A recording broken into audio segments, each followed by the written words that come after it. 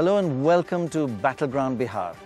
Today, once again, we're going to look at who's going to win this long, drawn-out elections. We're in Patna on the banks of the beautiful Ganga, a little dirty, but it's inspiring for all of us. And we've got Shekhar and Dorab to tell us who's going to win. This time, quite different, Shekhar. Yes, absolutely. In fact, the big bonus of coming here this time is that you hear about improvements and change, but this gives you evidence that once a system of governance gets its act together, once there is focus, change can come very fast. In fact, visible change can come very fast. Dorab, did you notice in the campaigning how politicians now have realized that the voter is pushing the politician to do development, otherwise he's out? So they're all talking about you build roads, politicians and voters alike. You know, I think it's one thing that's made all this likely is that the fact that on television, I'm sitting in Bihar and I see how well others are doing. So my aspiration levels, you know, in the old days, we lived in our small villages, small towns. Now I see the world. So obviously my aspiration levels are, and I said, only if you give it to me, will I vote for you. Things have changed. Right. Just to get some background about who's going to win, let's have a look at what the recent election trends have been. Now, if you look back at Nitish's popularity between 2005, the assembly elections, and 2009, the Lok Sabha elections, if we look by assembly segment, look how his popularity has actually grown over those 4 years. In 2005, he got 143 seats with 36% of the vote.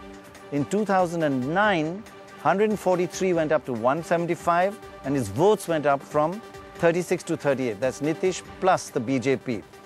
And of course, Nitish and the BJP alliance gains from opposition disunity, divided opposition votes. Just look at the division here.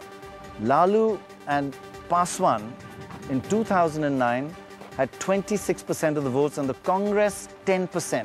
So 36% opposition vote actually badly split.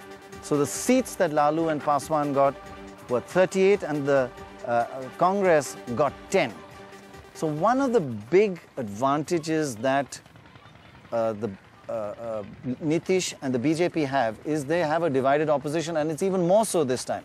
It's the same continuing this time, and I think if the Congress moves up a bit, it'll hit Lalu even more. So I think, you know, the same old adage, you know, you don't hang together, you hang separately, which is what's happening. Because Nitish, you know, there would be a fairly tough fight on the hands if all three were together. But they are not, and I think he must be thanking his star that they're not together. But tell me, Shekhar, these are all recent data that we've just shown tends to point towards Nitish doing better and better. But after the last election, there have been 18 by-elections and Nitish has done quite badly in it. If you look at the figures, out of the 18, Lalu and Paswan have won 9, and they've gained 4 seats. That means they've gone from 5 out of 18 to 9 out of 18. So, do you think those by-elections are a worry for Nitish? Well, those by-elections were a shocker, Pranay, because they came shortly after parliament elections of 2009, where Nitish and BJP had done even better than 2005 elections. But there are explanations. Even Nitish has explanations. He admits that he made mistakes in his selection of candidates. He got a few local equations wrong. But I think there's a deeper problem here. I think those by-elections may have pointed to the one weakness that Nitish supposedly has, which is arrogance. You know, which is in believing that the voter support is for him and his name.